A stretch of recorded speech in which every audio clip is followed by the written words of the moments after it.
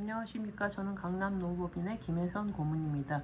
오늘도 우리 정봉수 동사님 모시고 매일 노동 뉴스에 난 지난번에도 이 사건이 크게 터졌는데 아리셀 화재 폭발 사고와 관련해서 파견 근로자 그리고 도급 근로자에 관련해서 한번 더 구체적으로 말씀을 나누도록 하겠습니다. 예, 안녕하십니까. 공인노무사 정봉수입니다.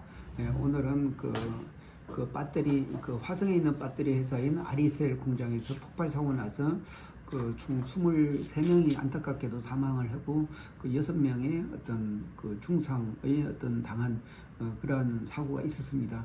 예, 실제적으로 근데 문제가 조사하는 과정에서 보니까 아리셀 회사의 상시 근로자 수는 43명인데 외부 인력이 53명을 사용하고 있었습니다.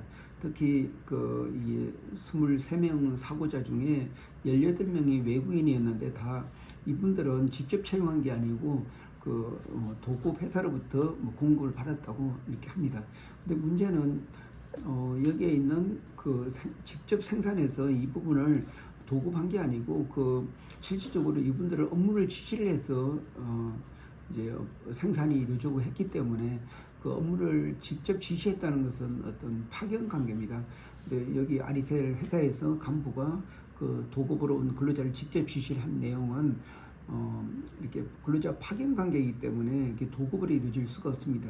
도급이라고 하면은 그 의미가 민법 664조에 따라서 업무의 완성을 약정하고 그 결과에 대해서 보수를 지급함을 목적으로 한다. 그래서 이제 어떤 독립성하고 또 이렇게 도급이 있는 회사가 전문성이 있어야 됩니다. 그런데 여기에 파견된 외국인을 집단적으로 파견한 이 회사는 사람만 공급하기 위한 그런 업체지 어떤 전문적인 기술이 있을 수가 없었습니다. 그리고 또 업무 자체도 독립적으로 한 게 아니고 사람만 보내고 그게 아리셀이라는 회사의 간부의 지시를 받고 일을 했습니다. 다시 말해서 그러면 실제적으로 여기에서는 일용직을 사용했다 하지만은 이렇게 장기적으로 직접 고용해서 이렇게 하는 그런 일용직인 같은 경우는 아리셀 회사에서 직접 사람을 채용하고 직접 돈을 줘야 되는데 여기에 제3의 업체를 통해서 돈을 줬습니다. 그러면은 여기에서는 도급으로 이제 인력을 공급했다 하지만은 노동법에서는 이렇게 업무를 직접 지시하는 관계는 바로 파견 관계입니다. 파견 관계면은 근로자를 사업주가 파견하고 거기에서 지시를 받으면 일을 하고 또 월급은 이제 파견 사업자한테 주면 이 사람들은 실제 사용자인 파견 사업자로부터 돈을 받는 그런 구조인데 여기서는 실제적으로 이제 일을 사용 사업주한테 이제 지시를 받으면 일했는데 돈은 이제 파견 사업주로부터 받았습니다. 그러면은 이 자체가 바로 불법 파견이 그러니까 파견 관계인데 왜 불법이 파견이 되냐 하면은 생산 직접직은 파견 근로자를 사용할 수가 없습니다. 그리고 또 특별히 파견 가능한 업종도 32개 업종인데 이런 생산 직접직은 파견으로 사용할 수 없다는 거 있고 또 하나는 인력을 공급했던 이 회사가 노동부 인가를 받지 않았습니다. 그래서 비인가 사업장으로부터 이제 사용했다는 거. 그렇기 때문에 여기는 이제 바로 불법적으로 불법 파견과 불법 도급이 이렇게 공존하는 그런 회사라고 할 수가 있겠습니다. 그런데 문제가 되는 게 이 회사뿐만 아니고 다른데 회사도 대부분 이렇게 사용하고 있는데 이는 굉장히 사회 문제가 될 수 있다고 생각됩니다. 대부분 회사들이 인건비를 좀 가장 적절하게 사용하기 위해서 외부 인력을 이렇게 사용하고 있다는 그런 얘기거든요. 그러니까 이게 도급의 형태로 갇혀 있지만은 실제적으로 도급이 아니고 어떤 불법 파견 형태로 이루어졌습니다. 그래서 지금 아리셀 이 회사 같은 경우 이제 당장 합의를 보고 이 근로자들한테 산재 보상을 해줘야 되는데 이럴 경우에 산재 보상 그러니까 일용직이라고 했기 때문에 당연히 파견 회사는 그러니까 도급으로 보냈다는 회사는 당연히 산재 보험료를 납부하지 않았을 거라고 생각됩니다. 그렇지만은 이제 아리셀이라는 사용 사업주가 당연히 불법으로 사용했기 때문에 당연히 고용의 어떤 간주로 이제 볼 수가 있습니다. 그래서 실제적으로 이제 업무를 지시하는 회사에 소속된 근로자라고 볼 수가 있고 그러면 어차피 산재야 회사가 100% 보험료를 납부하기 때문에 당연히 추가적으로 이제 이 사람들 사용하는 기간 비례해서 아마 보험료를 추가적으로 납부를 하고 이제 그 산재 보험이 이제 가능할 거라고 생각됩니다. 그런데 이제 여기 같은 경우는 이제 회사의 가실로 이제 화재가 발생했고 근로자의 생명을 지키지 못했기 때문에 그 추가 민사상 손해까지 같이 보상해야 많이 나올 것 같습니다. 네, 그렇군요.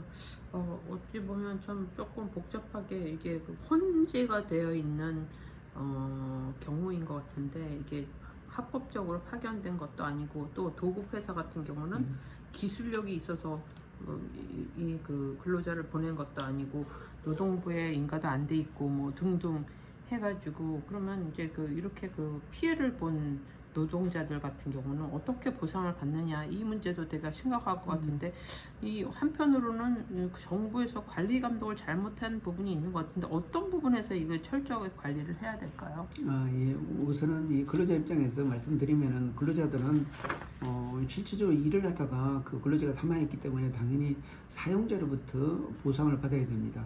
그러면 그러니까 이렇게 업무를 하다가 그 재난으로 해서 사망한 근로자들이 누가 사용자로 그러니까 봐야 되냐 이 문제에서는 분명히 여기 근로자들이 일용직으로 자기들이 신청을 해서 이 회사에서 일을 하고 있다. 근데 장기적으로 일용직으로 사용해 왔다는 얘기입니다. 그러면 당연히 산재 부분에 대해서는 이 사람들을 고용해서 보낸 이런 사업주, 그러니까 이제 비록 불법 파견이지만은 그래도 이 사람들 고용 관계가 구성돼 있기 때문에 일차적으로는 산재 보상을 책임을 져야 될 거고, 이 아리셀 이 회사에서는 또 이제 자기의 부주의로 이렇게 사망을 했기 때문에 그 민사상 손해배상을 해야지 될 거라고 생각됩니다.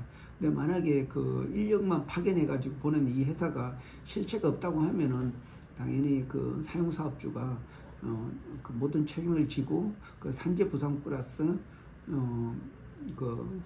민사상 손해배상까지 해야 된다고 생각이 됩니다. 네, 그렇군요. 사실 아리셀 같은 경우는 배터리 회사로 요번에 문제가 돼서 이제 알게 됐지만 사실은 이런 것처럼 불법 파견 근로자를 사용하는 많은 공장이 있을 것 같은데 그런 문제를 사실 지금부터 사실 조사해서 어떤 합법적인 방법으로 해결하지 않으면 문제가 또 앞으로 더 발생할 수 있을 것 같은데요. 예. 최근에 윤석열 정부가 좀 기업주 친화적으로 이렇게 내다 보니까 근로감독이 제대로 안 돼서 이렇게 일용직을 많이 사용하면서 상시 근로자보다 외부 일용직이나 말은 도급이다 또 그렇게 했지만 실질적으로 관리감독을 직접 여기 사용사업주가 했기 때문에 불법 파견이라고 할 수가 있습니다. 이런 아리셀 같은 경우도 사실 사고 나기 전까지만 해도 안전관리 잘하고 이렇게 아주 굉장히 근로자 친화적인 회사라고 해서 노동부로 고용노동부로부터 상도 여러 번 받았다고 이렇게 언론에 나오고 있습니다. 그런데 이렇게 인정받는 회사가 이렇게 자기들 근로자 이상으로 불법으로 일용직을 고용하고 있었습니다. 그러면은 다른 사업장은 얼마나 많이 발생할까 이게 우리가 예측할 수가 있습니다. 이렇게 나온 거는 근로감독이 제대로 안 됐고 너무 정치 게임만 이렇게 있다 보니까 근로자 보호가 제대로 안 돼서 그런 것 같습니다. 그래서 현 정부는 근로감독을 확실히 해서 도급과 파견 개념을 분명히 집행을 해야 될 것 같습니다. 지금 이런 식으로 무방비 상태로 지금 상태로 가게 되면은 현장의 대부분이 다 일용직 불법 파견, 불법 도급을 사용해서 거의 제가 볼 때는 기업이 진짜 불법이 많이 나는 그런 구조로 계속될 것 같습니다. 그래서 상당히 우려스럽습니다.